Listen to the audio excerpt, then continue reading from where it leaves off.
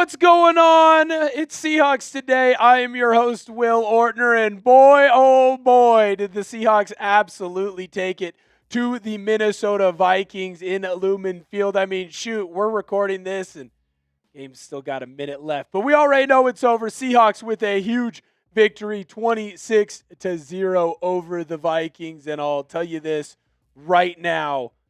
If you are a Seahawks fan, you better rejoice because we have the best defense in the entire National Football League. When the offense started out slow and they couldn't get going, you leaned on your defense to come up huge. Even after Sam Darnold had an unfortunate fumble, wasn't his fault, had a fumble that close to the end zone. What happens? DeMarcus Lawrence, Ernest Jones say, don't worry, we got you. We're going to put you on our back, Seahawks offense, and get a victory. We're going to dive into all the key stats and everything else going on with the Seahawks here in a moment, but make sure you go in and give us that thumbs up if you like back-to-back Seattle Seahawk victories. Go in and smash that like button if you love the Seahawks and you love when the Seahawks get some big victories, just like they did over Minnesota in a Sam Darnold revenge type of game. All right, so here's the offensive stats for Seattle, and honestly, it wasn't good. Didn't mean to surprise myself there. Took me a sec to get my hands out of my pockets. Right, Seahawks only end up putting up 26 points in this game. The yardage was horrific. It felt like the offense was stuck in mud for most of the game. Sam Darnold had like 4 or 5 balls that just got batted down. The Vikings did a great job defensively of getting after him. Now, it wasn't really his fault. I would place more of the blame on the offensive line and their production in this game. Anthony Bradford had another solid performance, dude. And Brian Flores really limited what Seattle could do with Jaxon Smith-Njigba. I mean, the wide receiver all year has basically been a 100-yard machine. Barely got 23 yards in this one. It was a bit shocking, but at the same time, Seattle still did enough offensively to get the victory, and I think that's what's most important. They started leaning on this rushing attack. Zach Charbonnet had a pretty darn good day, one of the better days that he's had in a Seahawks uniform this season. Kenneth Walker, not to be left behind. It actually kind of felt like your rushing attack for the first time all year picked up for the passing attack, and this is why you run the football as much as you do and why you trust this rushing attack to eventually get it figured out. Look, when you needed them most in the second half, they got the ball going. And they got your team where you needed them to be. Help us out. Grade the Seahawks performance. Would you give the Seahawks an A, B, C, D, or F for their performance today? I think I'm going to cheat defensively. A++++. Man, first shutout of the year. I asked you early on in the week, will Seattle get one? They finally did. Plus, all those turnovers, takeaways, huge day for Seattle. Although I would say on the offensive side of the ball, it might be a D. Seahawks offense did not look very good. But bright side, that's the Vikings offense right here. This is how they did. Lot to be desired. Jaxon Smith-Njigba has had more yards in games than what the Minnesota Vikings had today. 162, an embarrassing performance. Plus, they had another 80 yards in penalties. They weren't able to get into the end zone when they had an opportunity to get some points. They put the ball in this guy's hands. Didn't go well for Max Brosmer. A lot of interceptions on the day. I was told that he was going to be new Brock Purdy. I was told 485 yards. Big time Max. Blah, blah. He sucked. He sucked because this defense was freaking fantastic. Hey, Vikings fans, maybe it's not all on J.J. McCarthy. Maybe it's not all on J.J. Justin Jefferson had a rough one. Only had 2 receptions. He was targeted multiple times in this game, just couldn't get a pass off. Felt like Seattle did a great job blanketing him, and he was covered by multiple different guys. Nicky Manwari was on him at points. You had Reek Woolen on him. You had Devin Witherspoon. Josh Jobe did a great job. Seattle wasn't going to let Justin Jefferson catch the football, and he didn't. I was very impressed with everything that the Seahawks did to slow him down and really shut him down in this game.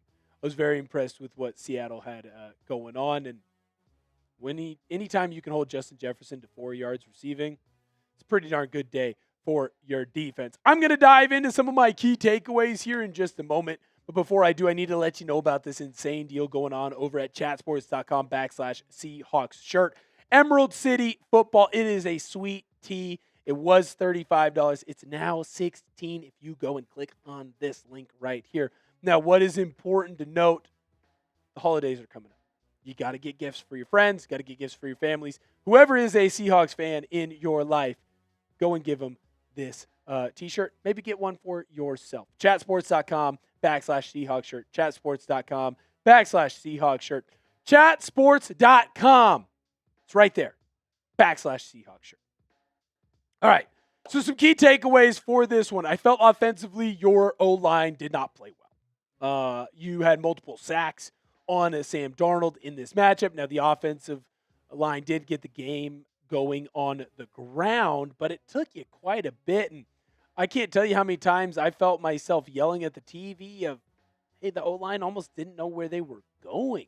The one that's going to stick out to me is when you're on the goal line, you try and run a GH counter, so guard goes in, kicks out the defensive end, the tight end comes back up and through. It's a simple, traditional power counter gap scheme type of a play, and Anthony Bradford didn't know where he was going, lets his guy completely run through, gets a tackle on Charbonnet, and then Seattle had nothing doing.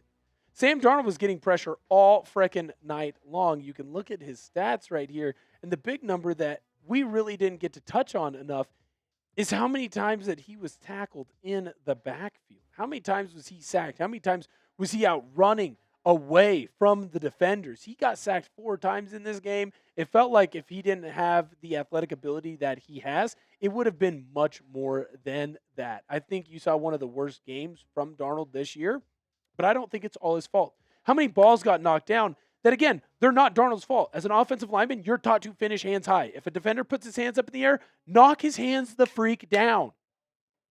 I felt like the O-line didn't have a great one in this one. I also think that the slow start attributed to a lot of this. This game was 0-0 at the end of the first quarter. You had to punt multiple times in that first quarter. If Seattle just jumps on Minnesota early, the game's done.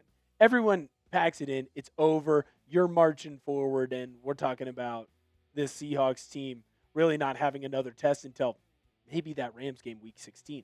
Colts don't look that good to me anymore.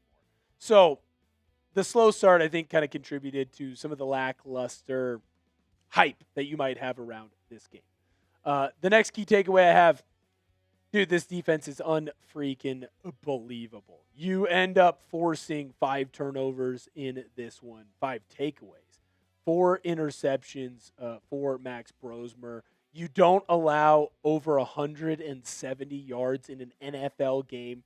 The third downs were non-existent when it came to a conversion percentage for the Vikings. And that wasn't just because you had a rookie quarterback making rookie mistakes. This defensive line was getting after him. And you had 4 sacks in this matchup. You're 9-3 because this defense is so good. But here's the thing. Everything else is out in front of you because of how good this defense is. I do want to highlight 2 guys, though, on the defense. The first one, DeMarcus Lawrence. DeMarcus Lawrence is the best free agent signing that the Seahawks have had, I think, in my lifetime. It might be hyperbolic. It might be too early right now, but DeMarcus Lawrence is the best edge rusher in football the last 5-6 weeks, basically since that Cardinals game. You have 3 touchdowns on your defense right now. DeMarcus Lawrence scored 2 of them and forced the other one because he was the one who hit Brosmer as he just flipped the ball out that Ernest Jones took it all the way to the house. It's a 2-tackle game for him. It's the loudest 2-tackle game you have ever seen. Yeah, okay, only 1 sack. He's in the backfield so many times in this game. Brosmer could not have been comfortable. Multiple quarterback hits. It felt to me like DeMarcus Lawrence had his fingerprints all over this game. It was a big reason why your defense was able to keep that shutout for the first time all year long. The other big player that we got to shout out, Ernest Jones. It's not just because that he went out and he scored a touchdown on that pick 6 in this game. But what's more important to me, he still led your team in tackles, and he is your green dot. When this team has him out on the field, it's completely different. Now, that's not to say that Tyrese Knight doesn't play well in his backup. It's not to say that Drake Thomas isn't a good player. Patrick O'Connell, I thought, looked pretty darn good against the Tennessee Titans. Ernest Jones makes this defense. He's your green dot. He puts people in the right positions where they need to be, and he's opportunistic as you know effing what. Right now, based on my numbers, he's a top 5 interception leader, not on the Seahawks, in the National freaking Football League. Ernest Jones, your Mike linebacker, has 5 interceptions on the year, one of them being a pick six. He's a special, special player who had a special game. I freaking love watching this guy play, and I hope you do too. What was your one-word reaction to this game? It's defense, man. It's just defense. That's how good this defense was. They're freaking special. Finding a way to get you a victory when your offense just didn't have it. And you needed to win this game. Why? Because the Rams and you are now tied.